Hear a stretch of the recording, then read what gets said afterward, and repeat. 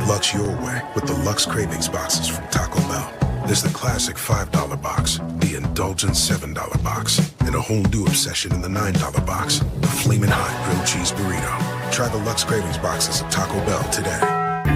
Find your sun with Sun Cruiser Vodka Iced Tea. Made with real iced tea and real vodka. Cold, refreshing, and made for moments like these all year long. Let the good times cruise with Sun Cruiser. As sports fans, we may cheer for different teams, but there's one thing that we can all agree on. We want the game to be big. And with 3 levels, 30 cabanas, a 143-foot screen, 6 clean pools, and endless cold drinks, it doesn't get any bigger or any better than Stadium Swim in Las Vegas. All sports, all seasons. It's more than a pool day. Stadium Swim. It's the only thing like it in the world. Check out the all-new Blue and Orange store at the Boise State Hall of Fame. The Blue and Orange store has your best game day gear. We're talking jerseys, hats, bumper stickers, car flags, more than 4,000 hats on the hat wall. If you want the best Boise State gear, make sure you check out the Blue and Orange store online at theblueandorangestore.com or the all-new Blue and Orange store down at the Boise State Allen Noble Hall of Fame. How's your day going? Going good. Thank you again.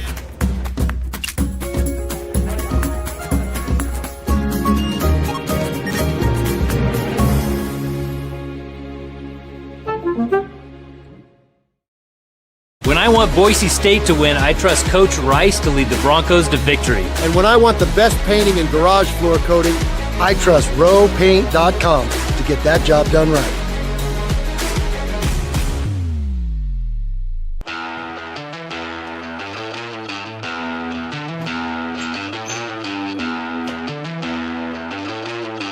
Really, guys? What? Jackson's always had those game ready. Let's go!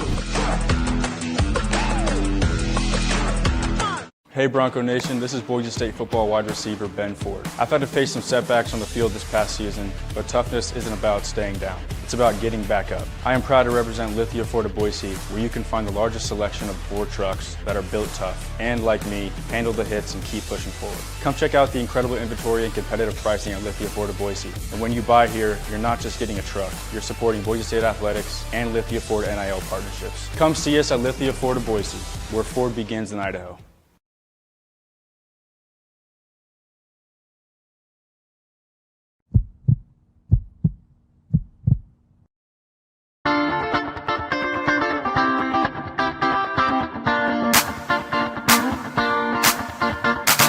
It's time for the Jacksons Postgame Show on Bronco Nation News. We're breaking down the game with highlights, interviews, analysis, and most importantly, you. Give your thoughts on the game in the ICCU YouTube chat. Or leave us a message on the Signature Roofing voice box at speakpipe.com/BNN. The BNN Postgame Show is presented by Jacksons, where you can get a 99-cent 16-ounce coffee or refill with Let's Go Rewards. Need snacks or a cold drink? Visit one of the 300 Jacksons locations today. BNN broadcasts come from the Sun Cruiser Studios. Sunny days call for Sun Cruiser Vodka Iced Tea, made with real iced tea and real vodka. It's refreshingly smooth and easy to drink. Crack open a Sun Cruiser and let the good times cruise. Bronco Nation News is presented by our title sponsor, Lithia Ford of Boise, and our major sponsors, Taco Bell, Idaho Central Credit Union, rowpaint.com, and the Blue and Orange store. At Lithia Ford of Boise, we're proud to stand with Boise State athletics. Through our NIL marketing partnerships, we're investing in the future of student athletes. Lithia Ford of Boise, here to get you there, wherever that may be. Lithia Ford of Boise, where Ford begins in Idaho. Now, let's go courtside to the Sun Cruiser Studios and join BJ Rains for the Jacksons Postgame Show on Bronco Nation News.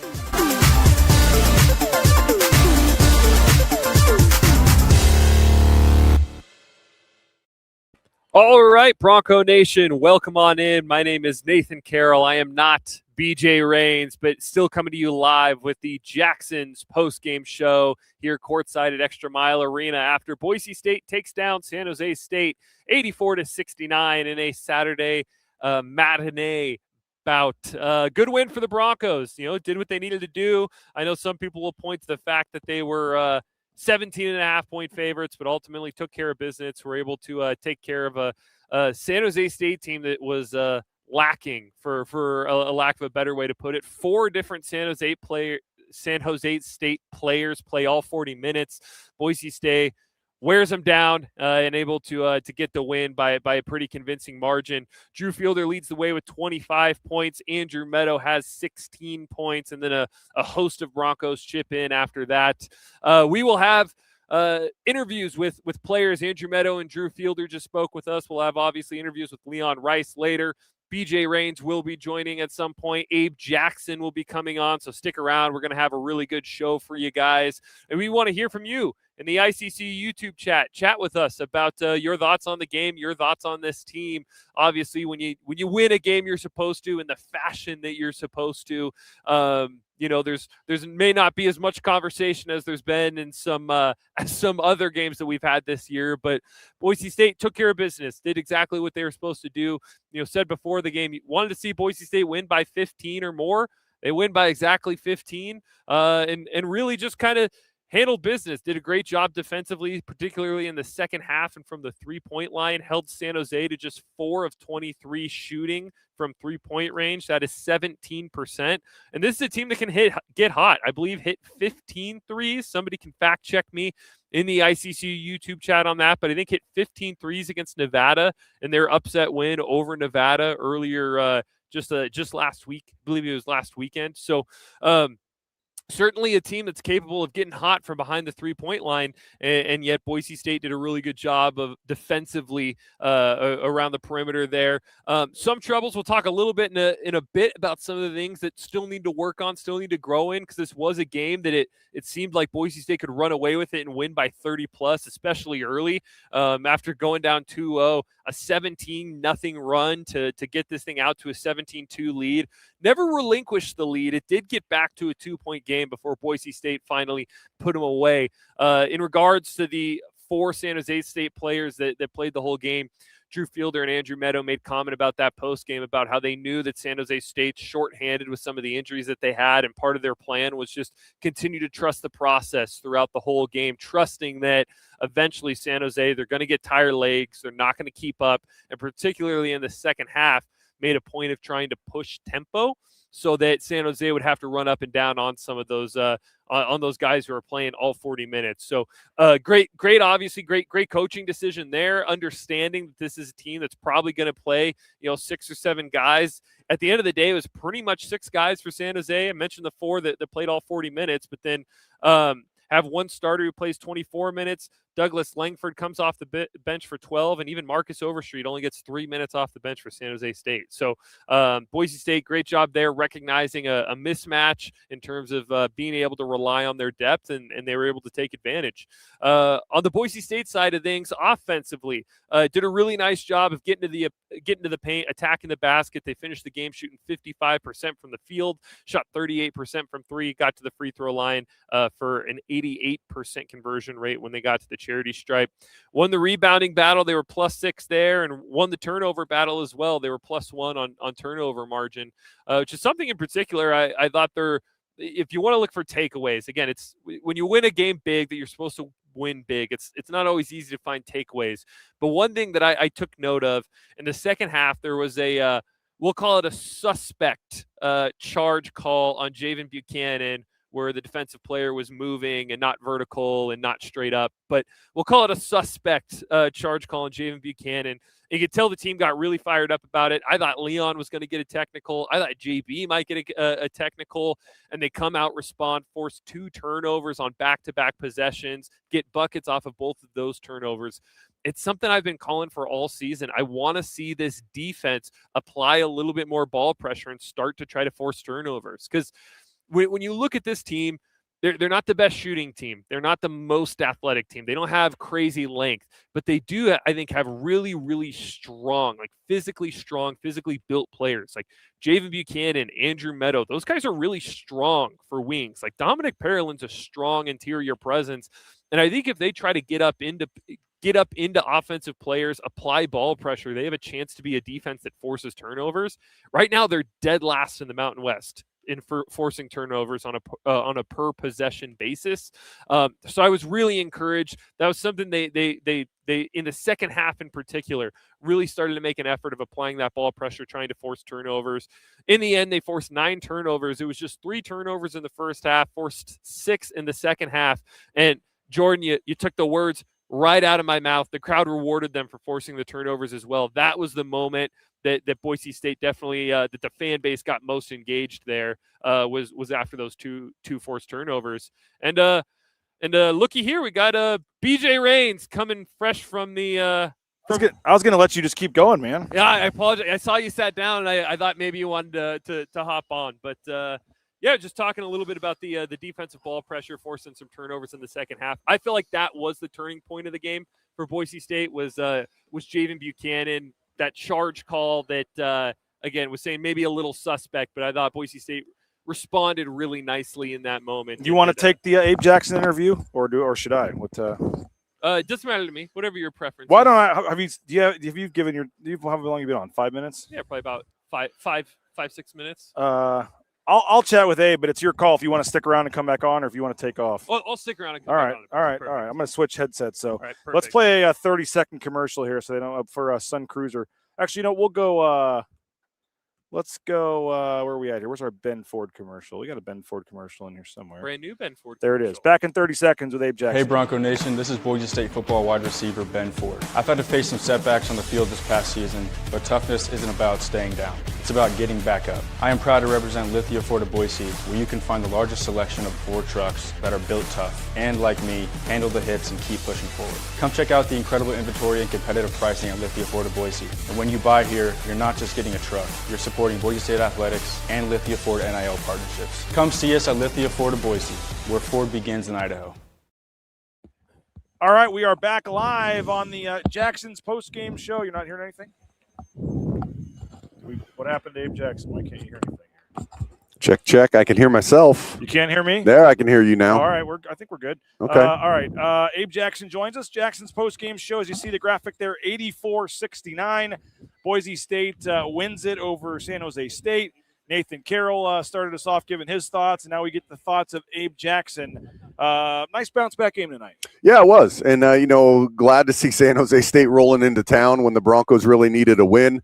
Bob and I were just talking that Nevada lost to San Jose State, and they're trying to get it back on track, and they got to see Utah State come to town. So glad that we had the Spartans, and they were shorthanded, as you can see. 4 of their players logged 40 minutes. I don't think I've ever seen that in a basketball game. 4 players playing 40 minutes. So the Broncos really wore them down in the second half and got a good win. A lot of positives. I thought the defense, I know they gave up 69 points, but only 6 assists. 6 assists for San Jose State and only 4 threes. Yeah, and only 4 threes. None in the second half until 19 seconds left in the game. That was the last 3 that they hit. So a great job guarding that line because, the Broncos knew it. San Jose State knew it. The only way the Spartans were going to hang around is if they made a bunch of threes, and the Broncos made it really tough on them. I thought Andrew Meadow, I got on him a little bit in that after the Utah State game. He was minus 25, the lowest on the court. I didn't think he was aggressive enough in that game. He's the highest plus-minus tonight, plus 19. I know he wasn't the leading scorer. Drew Fielder at 20, but 16 points for Andrew Meadow, 5 of 10 from the field, hit 2 threes, all 4 of his free throws, which is notable as well. Had 3 assists. Which is notable for him. And, again, a plus-minus, a team-high plus 19. Drew did his thing, but I thought Andrew Meadow had a great game too. Andrew Meadow did. Yeah, and he did things that Andrew Meadow does. He knocked down some threes. He made his free throws. He rebounded pretty good. Coach Rice was talking to us about how he should have had a couple more assists if the guys that he made the right pass, but some of the guys made the wrong cut that he was giving it to. So he could have had a couple more assists. He goes 50% from the floor, has a nice game. So, hopefully – Andrew Meadow, kind of like the whole team, right? Like, can this be a catalyst type game that can move them forward? You made your run earlier in the season when you strung a bunch of wins together. That was against the bottom part of the league. Now you're going to have Wyoming come in next in the bottom part of the league. Then you're going to go to Fresno, bottom part of the league. So these are games that you got to win if you want to start ticking your way up to the in the standings, because you're a game behind UNLV right now. You're 2 games behind Nevada, but Nevada has Utah State at home, so they easily could have 7 losses after that. And so it could be a jumbled up mess from that 5 to 8 position. Drew Fielder, 20 points again. And his consistency in the scoring department and being consistently the leading scorer on this team right now, it's really nice to know that you can count on anywhere from 15 to 20-plus points for Drew Fielder now every game. Yeah, and but him making that progress outside the three-point line has made it difficult for defenses to match up with him. I mean, he's shown that he can put the ball on the floor, and maybe not a great driver to the hoop, but he drives enough after a shot fake that he can make defenses concerned. And if he has the height advantage and really the talent advantage inside, he's someone that really takes advantage of that. I mean, he just dominated inside, really, a stretch of about 5 minutes. I think he had 3 buckets. So, yeah, nice job from Fielder. He's Abe Jackson. My name's BJ Rains. Nathan Carroll is here as well. Abe just got done calling the game with Bob Beeler over on 670 KBOI. And Abe, I mean, there was a lot to like in this game, up and down the lineup. But, Keene has 8 points, hits a couple threes. And how about that pass from Dylan Andrews? Maybe his best pass in a Boise State uniform. And Keene finishes with the layup. And we found out in the post game, apparently that was the first 2-point field goal R.J. Keene has made in conference play. It sounds almost hard to believe that, but I don't know if Drew Fielder was joking about that, but he said they had a joking, so he can't bet, so we had a fun little competition or whatever. But when was he going to get his first 2-point basket? Well, there was something. He had it. So there was something about that, because when he made that bucket, he turned and looked at the bench and was saying something, and guys from the bench were pointing at him. So I don't know if that's what it was about, but it makes sense. And that is hard to believe, though, that it's his first 2-pointer. But now I'm thinking to myself, like, the pass, though, was great. The pass was awesome. Man, Dylan Andrews had 2 great passes. The alley-oop to Andrew Meadow, he put that directly in front of the hoop, and Meadow just had to go in and put it down. And then the one-handed running bounce pass. Yeah, great job. Great looks from Dylan Andrews. You mentioned San Jose State. 4 starters, 40 minutes. They had 4 guys not come off the court.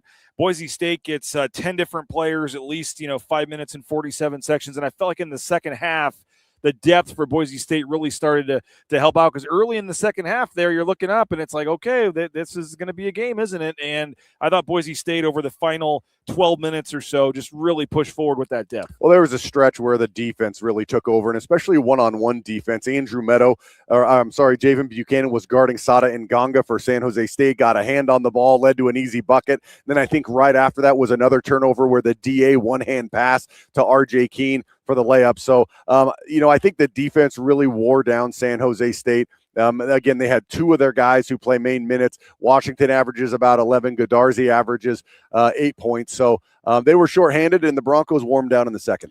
Rebounding, Boise State won 33-27. The fast break points 10-5. Points in the paint 42-38. Anything else?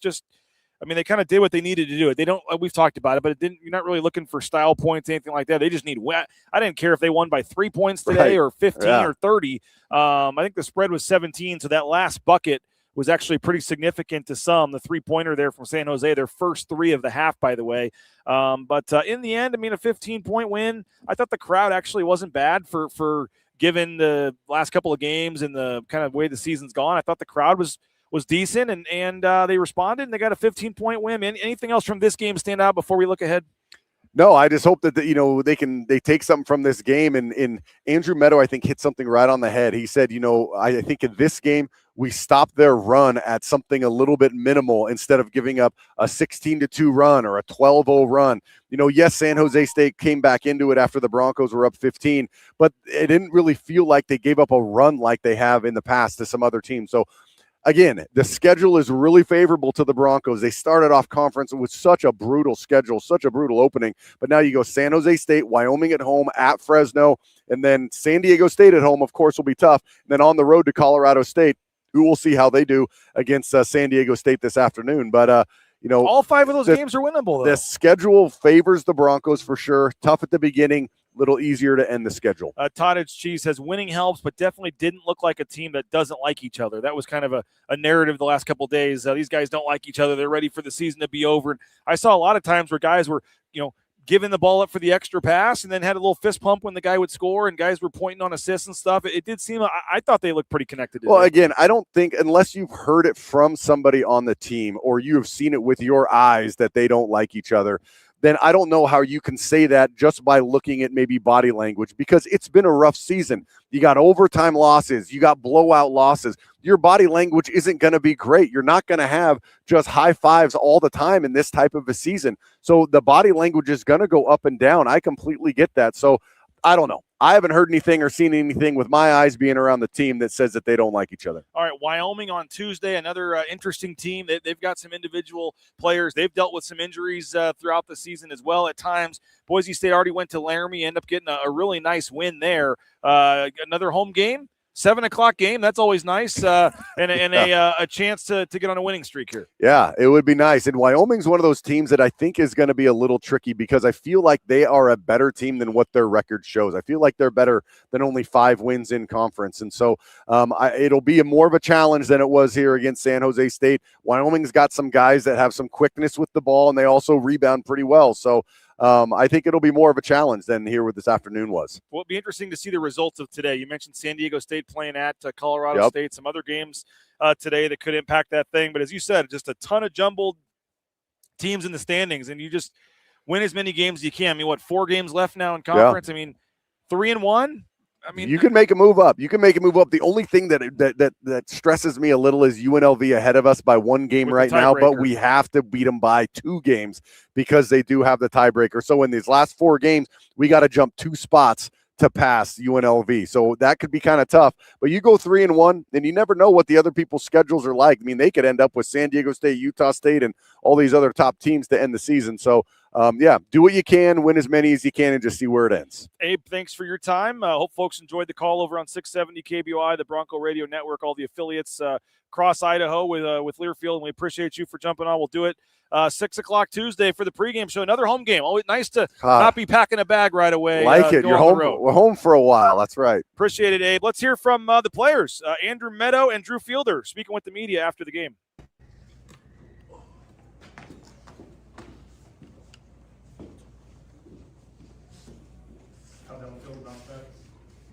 Felt great. Just got to keep it rolling. But yeah, no, it's that felt like much more like us, and like I talked about a couple of days ago. I knew our response was going to be good, and we had 2 good days of practice, so we're going to keep that rolling.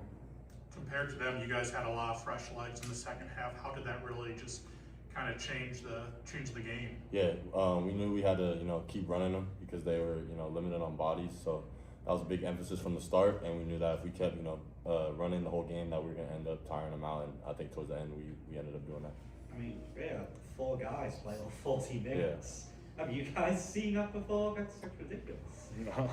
I think the only one was like our triple overtime game. We had a couple guys over 40, but in a regulation game, that's crazy. But can you really tell the difference down the final 5-10 minutes, just on the course? Do they just feel slower, and you can tell? Yeah, for sure. You can tell when your opponent gets tired, and that's when you gotta turn up your energy more to make them quit. What were the last couple of days like? Just trying to move past the last couple of games and still try to regroup here for the end of the season.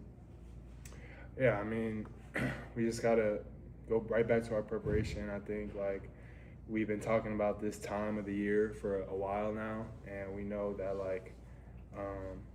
that this is Boise State's prime time, and we know what we're capable of, and I think we're all really excited to see some of the teams we've lost to in the tournament or in the coming games. So we're really excited. We look forward to practicing and finish really strong. How do you kind of sustain this? Obviously, the whole season's been you win a few games, start playing well, and then you go in a little bit of a funk, and it's kind of been up and down. How do you just kind of get hot and stay hot here? Yeah, I mean that's the nature of business, the nature of basketball. There's always going to be highs and lows, but I think we have the right guys and the right experience and the right coaching staff to understand that you got to stay locked in on your routines and locked in on trying to reset yourself mentally and never get too high off a win or get too low off a loss. And so I think just us being prepared that way and having vets who know what to do and can support our young guys, I think that has helped us a lot. So, yeah. I know your defense has been obviously talked about it a lot the last few weeks, but they had 29 field goals, only 6 assists. I mean, what did you guys do to kind of limit them from they had a lot of one-on-one type stuff? Yeah, we knew that that we had to take away their threes. Last time I think they had 8 on us, so that was a big emphasis. Now we got to tighten up our defense around the rim, but we're still in progress. We're working. We got to just put it all together, and I'm excited for these next few weeks. What was the mindset for you guys? You guys had that 17-0 run early, got that big lead, and they came back and got within 2 points. Especially after the blown leads you guys have had in recent weeks. What was the mindset in that moment for you guys? Just to respond. You can never just because we have a good start, we can't. We've learned that we can't have too long of lapses. There's always going to be a little bit ebbs and flows in the game, but I think we just knew that we have to keep our foot on the pedal, and so I think that was just a really big focus between our the players. I think the coaches obviously talked about it at halftime, but I think we really came together and locked in. So I'm happy with how we responded and finished the game. Just mentally, how big was it that you guys never gave up the lead? I don't think it really affected much. I think either way we would have responded. I think we had the right mindset today to where we're not gonna, let a little adversity or a run, overcome our the rest of the game. So I think we did a good job of, just staying together, staying, with it and not quitting. Got bounce pass from DA for the key layup. It's probably the best pass I've seen him do here, but I guess just how did you guys see that? That's actually really funny because I was talking smack to RJ that he hasn't had a 2-point field goal in conference yet, and so I was talking smack to him, trying to put a bet on it, but a fake bet, but don't put me. But nah, so he pointed right to us when he got the layup, so that was really awesome. It's funny, and of course it was DA who got it to him, so that was a funny play. Drew, what's it like going to show off your versatility on offense? And you hit back-to-back threes or games of 5 threes a couple games ago, and then today maybe they take that away from you a little bit and you go to work down low. What's it like to show off your versatility on offense? It's fun. I've been working really hard, and I really appreciate just the coaches and the guys getting me the ball in great spots. I think it's just not I don't really worry about scoring anymore. I appreciate having games like this and where I can fill that column, but I'm really just worried about doing all the other things to help us win. It feels good. It definitely feels good to have nights like this, and especially when the guys are looking for me. And we got all types of guys getting assists, but I'm just glad we won, and I'm glad that everyone was successful. Andy, what's it like when Drew gets going offensively? Like I said, he showed off his versatility too. Yeah, his last few games. He's unstoppable when he gets his going because he can shoot the three, he can drive by you, shot fake, everyone bites at it. So when he gets it going, it makes our team almost unguardable because they have to take him away, they have to double, and then it just opens up everything for everybody else. Andrew, I know plus and minus isn't everything in basketball, but in the Utah State game, you're minus 25 out there, and team, lowest on the team. Tonight, you're the highest on the team, plus 19.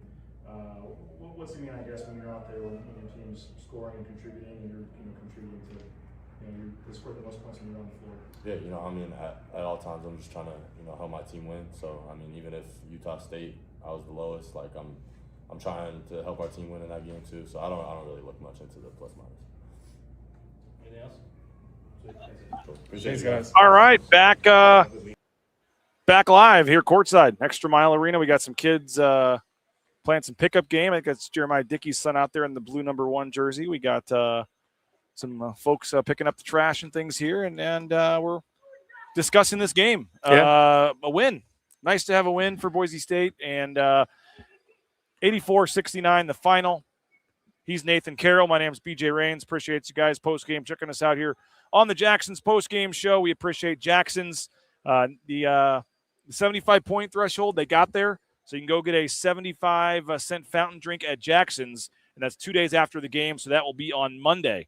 That's right, Monday. Go to Jacksons, get your 75-cent fountain drink since the Broncos did get to 75 points. If you need the shiny little graphic there to show you the deal, 75 cents 2 days later.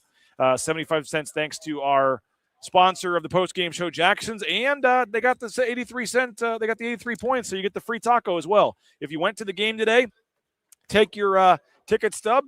It was close, late bucket there for Boise State, but they got over 83. They finished with 84. So if you went to the game today, you get a free taco from Taco Bell. You just show your ticket stub, or I think it pops up in the app, and you can use it in the next 24 hours, I believe, at Taco Bell. We appreciate Taco Bell for their support of Bronco Nation News.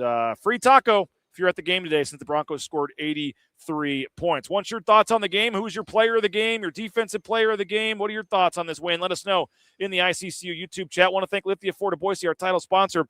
LithiaFordBoise.com is their website. You can view their full inventory, LithiaFordBoise.com. And they got some great deals right now because they're having to get these 2025s off the lot to make way for the new 2026s. So you want some great deals and specials right now, they got them at Lithia Ford of Boise. Again, online, LithiaFordBoise.com, new or pre-owned. Check them out at LithiaFordBoise.com. And this may be a Sun Cruiser night, but I may have to kind of, I don't know if I should be saying this on air here, Nathan, but I mean, you got the kids' birthday party tonight, kids running around. I mean, this may be a hide it in the thermos kind of night or something. I don't know, Nathan, but you got the kids. My son Naismith's birthday party tonight, so this may be a perfect night to bust open some Sun Cruisers. Hopefully, you guys are enjoying some Sun Cruisers tonight. Whether it's the iced tea vodkas, the lemonade vodkas, so many different flavors and options. Pick up a Sun Cruiser at your local gas station or grocery store, and let the good times cruise with Sun Cruiser. I mentioned the ICCU YouTube chat. We want to hear from you guys. We're going to hear from Leon Rice here momentarily. We're going to hear from Nathan Carroll as well. ICCU, Idaho Central Credit Union, online, ICCU.com, the mobile e-branch online banking. Best in the business, folks. If you're looking for an upgrade in your banking experience, I highly, highly recommend ICCU. And they donated 15 free throws. I'm bad at math. $25 a free throw. That's $375 that Boise State helped to raise through the Idaho Youth Sports Commission. ICCU donates $25 for every made free throw to the Idaho Youth Sports Commission, and that was a $375 game for the Idaho Youth Sports Commission. Thanks to ICCU. And I do want to thank the Blue and Orange Store online, theblueandorangestore.com, the official in-venue provider of Boise State gear.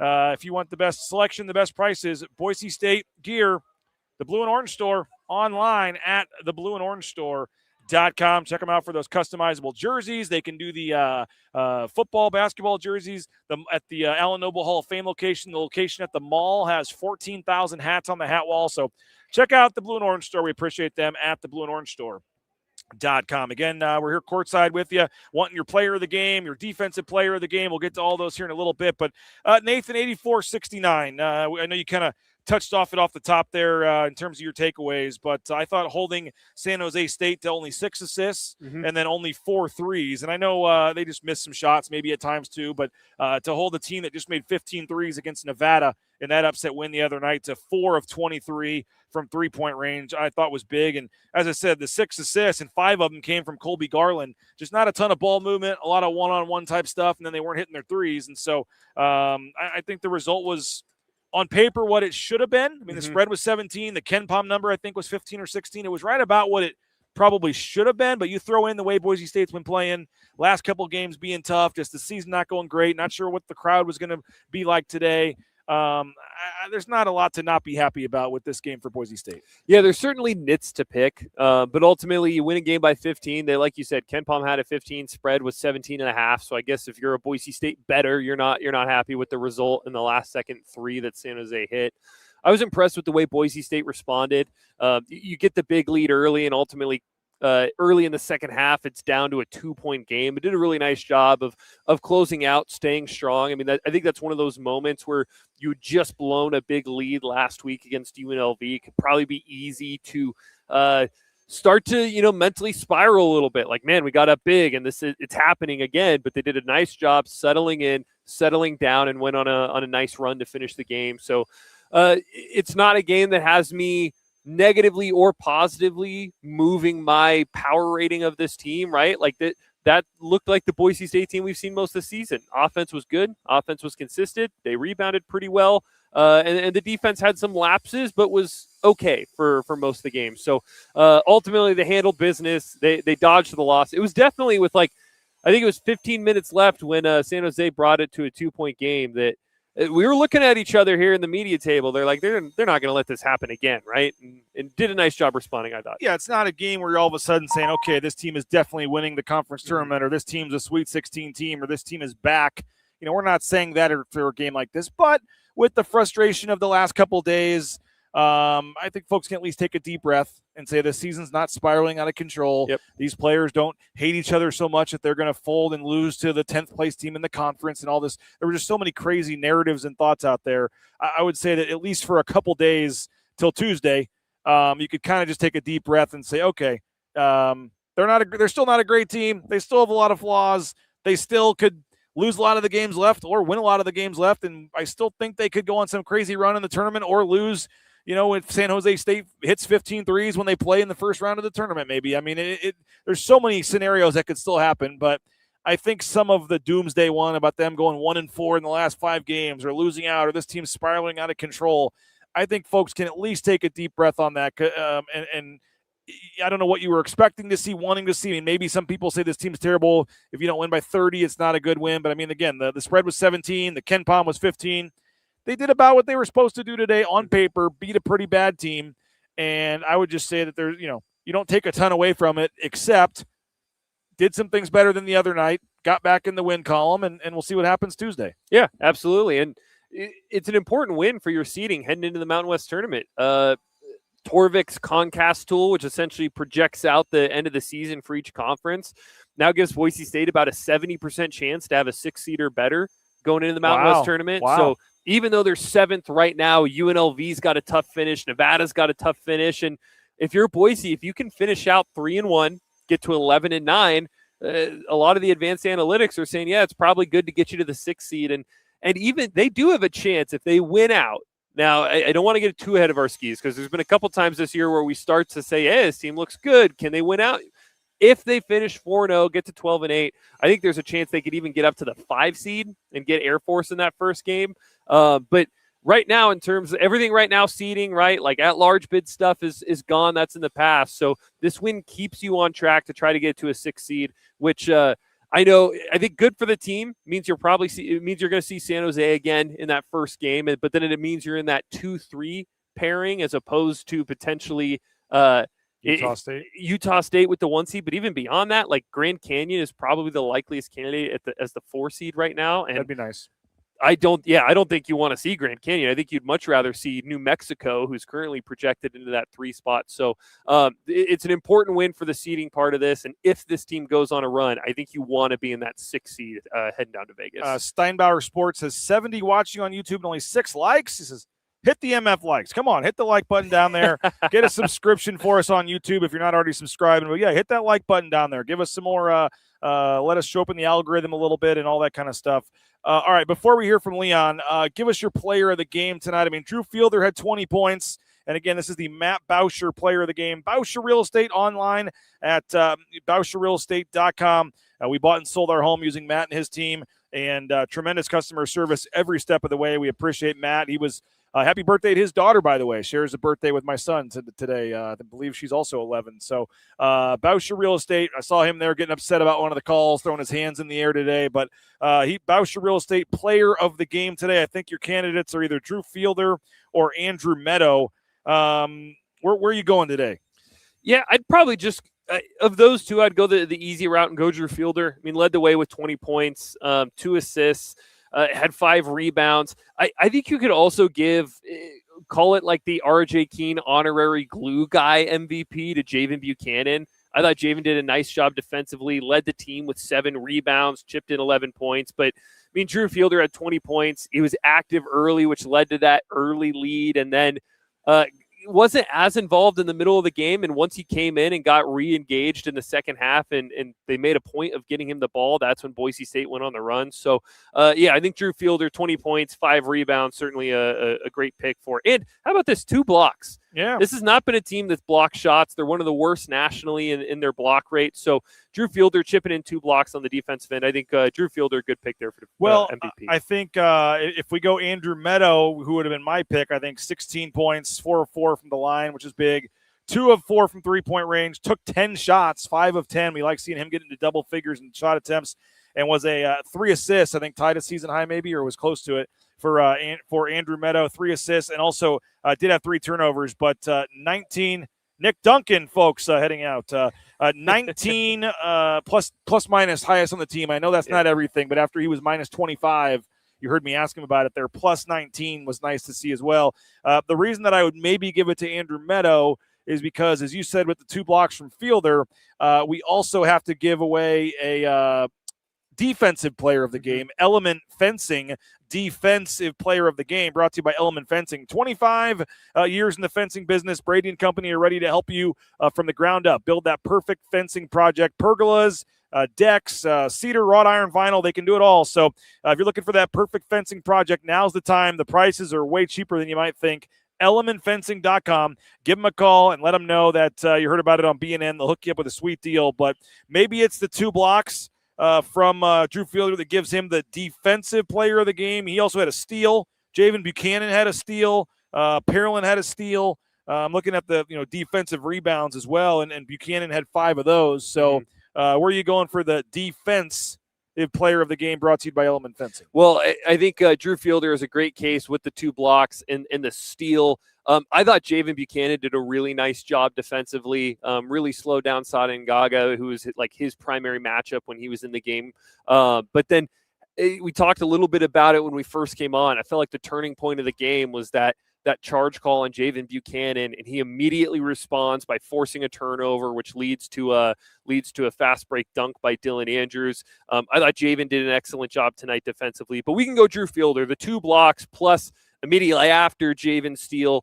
Drew Fielder jumps into a passing lane, gets a steal and a transition bucket, which leads to a transition bucket himself. So we can absolutely go Drew Fielder for the defensive player of the game, especially if you're going Meadow for the MVP. All right, we're going to hear from Leon Rice here in a second, but let's thank Ridley's Family Markets. Shop Ridley's.com, 13 locations in the state of Idaho and surrounding states as well, 30 locations in all. Ridley's Family Markets, just love the hometown feel, friendly staff and environment, and some great specials going on right now. So that Kuna location is a perfect one, worth the drive down there on the south side of the freeway. So Ridley's Family Markets, find a location near you at shopridleys.com. Rowpaint.com, 20% off those winter painting projects. Perfect time to get in there and get that painting project done. Painter for a day is what I would recommend. You provide the paint, they provide the painter, and show them what you need done. And you basically hire a painter for a day. So if you have a couple walls you need, some touch-ups, the Painter for a Day project, I highly recommend it. Rowpaint.com. You need a new job? How about transportation compliance service? Transcompservice.com. You can get into the trucking industry.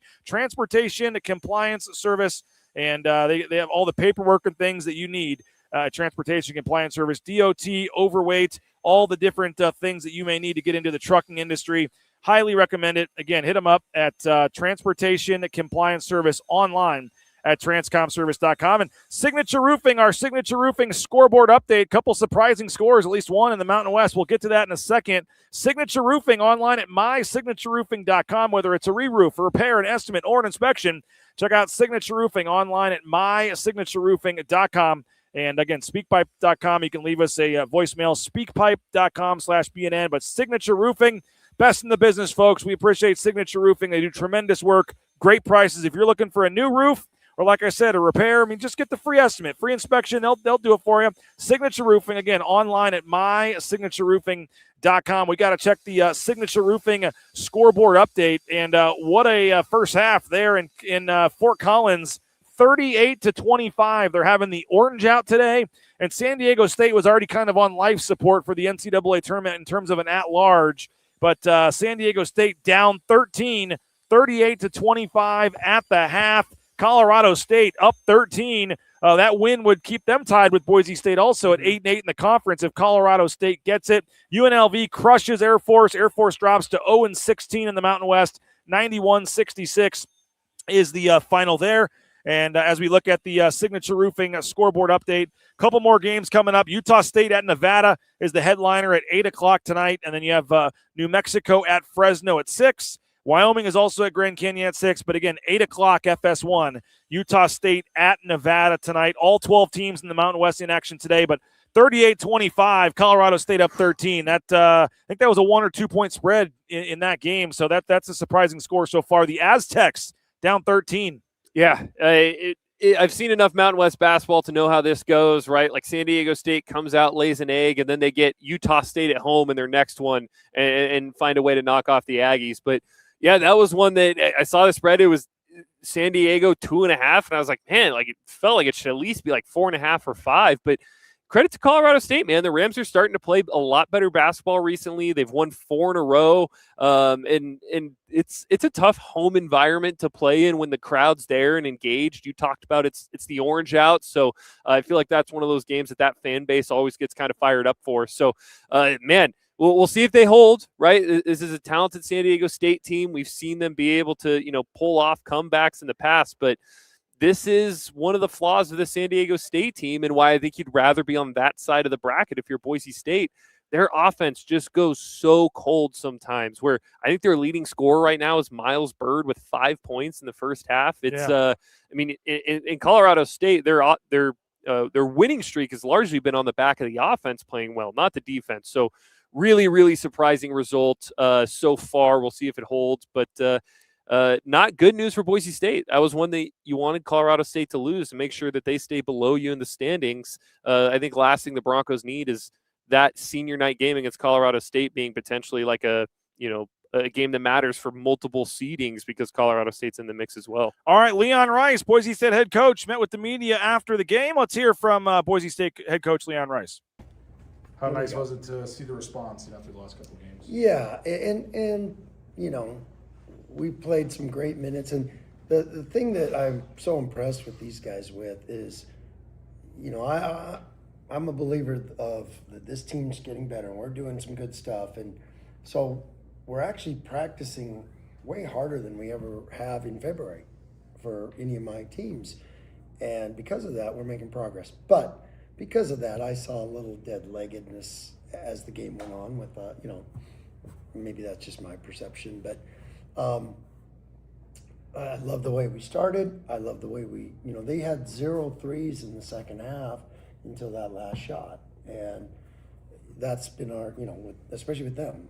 San Jose had 15 threes in their last game and a big win over Nevada. So they're an explosive team and they got good players. And Tim has just done a shout out to, Tim Miles has done a great job with what they're going through. They've had a bunch of guys be out for most of the conference play, and if you looked at that team and watched them tonight, you wouldn't tell by their body language, you wouldn't tell by the way they were playing, and what their record was. You couldn't tell, and that's a credit to him and the staff. And if they're able to get a bunch of those guys back for the tournament, look out, they're a team that can beat some people. That being said, how much did the fresh flags really play a role for you guys in the second half? Well, that's where our depth usually helps us, and compared to them, yes, absolutely, compared to them, and our depth did that, because at their place it was kind of the same story, and because our guys would go into halftime and they were kind of down, guys, we weren't going to beat them 50-0 in the first half. This is Division I basketball. Now, there's some things we could have done better, and obviously we made some adjustments with that, and we were up 3 at their place and ended up winning by 30-something. We wore them down a little bit, and you saw a little bit of that tonight, and there was a crucial defensive stretch where we got stop and steal, and there's some great transition off of those, and but yeah, it was a great a great response by our guys and some good progress made. How do you kind of sustain this now? Obviously, this season, I'm sure there have been times where you thought you had a team that could really do some stuff, and there's obviously been some other times where maybe you were frustrated with certain results, and so how do you just kind of, get hot and stay hot here? Well, every team presents its own challenge as a coach, and I think that is the challenge with our team this year. Because you look at, even in this game, there's stretches of like, wow, look at these guys. And then there's stretches where you're like, I wonder where that came from. Both good and bad, the good and bad with this team. And so that's where for us to be really the team that we want to become and the team that we're headed to becoming, we have to have all 10 guys that are playing at their best and at their best effort-wise, and just how hard we play, because that's all you can focus on. And I think when you get a lead, you start focus on some other things like, okay, I want my shots to go. No. And I think maybe we saw that towards the second half of the first half. And so our focus just needs to be how hard we play, how we play together, and then the chips will fall, because technically, and our guys are understanding how to play, and we're doing some good things, and so that's probably to answer your question. I think that kind of what I see. Drew and Andrew were talking about kind of the lessons they learned from the last couple weeks and leads from the first half leads. You've used the terms fool's gold to describe first half leads. Yeah. Do you think they're picking up on that? Oh yeah, they know, because they said stuff in the huddle that was the right things to say, so I didn't have to. You know what I mean? Like, no, we're not. And they responded throughout the game with that, and they responded with their defense. And so yes, they absolutely, and it's so much better when it's player led, so much better. But yeah, I thought Andrew Meadow was great tonight, and that's he had a great flow to him. His ball was looking good, coming off soft. The rollers screwed him up a couple times. Like, he got 3 turnovers, but two of them weren't his fault. They would have been dunks if our roller stopped, and he made a really good play that would have been a dunk. So I thought he said to me, that would have been my career high assists. So I was really happy to see Andrew play that way. And Drew, down the stretch, he's a bucket. He got some just put away hoops that kind of kept him away. And no, we're making progress in a lot of areas, and we just have to keep doing that. What did you think of the defense tonight? And I know they scored 69 points, but they only had 6 assists. I mean, were you guys doing something to limit their ball movement? Or? Yeah, and the biggest thing is they, like 15 threes against Nevada. And if they're seeking the 3, and they got guys that can make them when you let them shoot. And so that was really our emphasis, and to have them have 3 threes really, and then the one there at the end. That's because that's where we had been struggling for a while, and so really happy with the progress there, because that's you're not gonna, if you're letting teams just light you up from 3 with the way we have been sometimes. I thought we did a pretty good job of getting to a lot of good contests and understanding personnel a little bit better. But they got a lot of guys on that team that can score and that are hard to guard. Drew was telling us, I didn't realise RJ hasn't had a 2-point bucket in all the conference play until tonight. Oh wow! How about that dime from DA? That was. So I kind of want to ask one about the dime, but also just, do you want to see RJ going inside a little bit more and drive? No, I want him to be. We can't play 5-on-4. Simple as that. Offensively, you don't want to play 5-on-4. And he snapped in. Did he make 2 threes? Is that what he said? 2 threes, and then he had the lay-in. And, he's got to rebound like he can. And, the thing about RJ, and in fairness, guys, he was sick for about 10 days and lost 15 pounds. So he's probably not back to his, because, his best attribute is his energy level. He plays harder than anybody on the floor. So you got to cut him a little slack there. Of that sickness was nasty, and we're just happy to have him back. And he'll get his mojo going as far as that energy and all that stuff. All right. Will there be any discipline for your Canadians on your roster if the United States wins a game? Oh yes, there will be. Well, I got our mom is my mom is she grew up in Saskatoon, Saskatchewan, right? And lots of generations of Canadians on her side of the family. So I can sing their anthem and all that. But friendly wagers? What's that? Friendly wagers? Oh yeah, there'll be some those kind of gambling is illegal at Bushwood. So all right, thank you guys.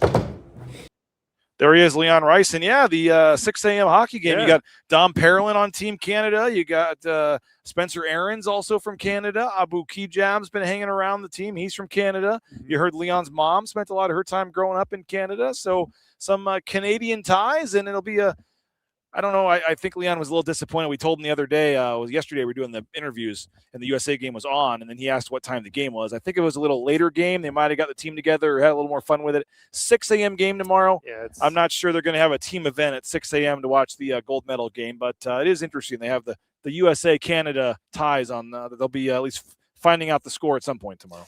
Yeah, and hopefully, I think we're all in agreement here that we're hoping that Dom Perlin and Spencer Aarons have a very bad day tomorrow when it comes to their hockey rooting interests. So, I'm hoping it's like 0-0. I hope Jordan Binnington plays great, and then I hope it's like some sort of overtime goal or something for USA. I mentioned it on Twitter, and then you and I talked about it. Like, you're a Blues fan. Jordan Binnington is Canada's goalie. I'm an Oilers fan, so obviously you've got Connor McDavid. But then the other side of it is like, I don't really like any of America's players. Like, I don't like Austin Matthews. I don't like Jack Eichel. I don't like the Tkachuk brothers. Like, it's a whole bunch of like individual players that when they're NHL, I don't cheer for, and I really don't like. So now that it's kind of hard to cheer for them now that they're Team USA, but you throw on the red, white, and blue, I'll cheer for you. I don't care how much you annoy me otherwise. Yeah, I am looking forward to that. I'll be up at 6 a.m. I'm not looking forward to waking up, but it should be a fun game. When Meadow is aggressive on offense, his team is much better. Totally agree. Tweeted that out beginning of the Utah State game. I said, Meadow's aggressive early. This is a good sign. And then he took like 3 shots in the next 30 minutes and didn't go well. Hopefully they can keep it going on Tuesday. Good bounce back. If we found somebody with something negative to say about this game, only complaint is the Frankenflinger. Is that how you spell it? Okay, there you go. What an underwhelming marketing tool. I actually said something to Johnny about that. Like, no, even our boy Joey Jenkins. I love Joey Jenkins. This is not a criticism of him. He's reading what he's supposed to read. Right. But after they're done doing it, he goes, "Let's hear it one more time for the Frankenflinger." I'm like, 2 rounds of applause just for the Frankenflinger? Like, what are we doing here? And it shoots. I mean, if it went all the way around the stadium, I think that'd be one thing. But it shoots. Probably 12 T-shirts. Yeah, I almost said something that may have come off, not sounding probably great with kids listening in terms of shooting something too fast. But it shoots the whole section of the seats in like 5 seconds, and then you're just done. Like, it's just done. I don't know if they can reload it with another round of shirts or keep it going. But for all the hype, and they do bring it out. It's pretty cool, and it's sponsored, and I'm sure that's why. But it is a pretty quick thing with a couple shirts that maybe some marketing folks could probably throw into the stands a little faster. But yeah, well, they used to have like other teams come do whatever it was. Oh, hey, softball got a big win this weekend. They're gonna all come down and they've got 30 T-shirts that they're all gonna go around the stadium and start throwing them into the crowd. And I haven't seen them do that this year. Maybe they did it last year. I won't speak on that, but. While we're picking nits, I'll pick one nit about Boise State. Do it quick here because I got a birthday party to get to. Yeah, the offensive rebounding. San Jose finished with 10 offensive rebounds. Something that Boise State hangs their hat on is their ability to rebound the ball on the defensive side of the glass. To give up 10 offensive rebounds against a Spartan team that's, I think, dead last, if not dead last, 11th in the Mountain West in offensive rebounding. And not much size. I mean, Sada Ngaga is 6'10" and plays center for him, right?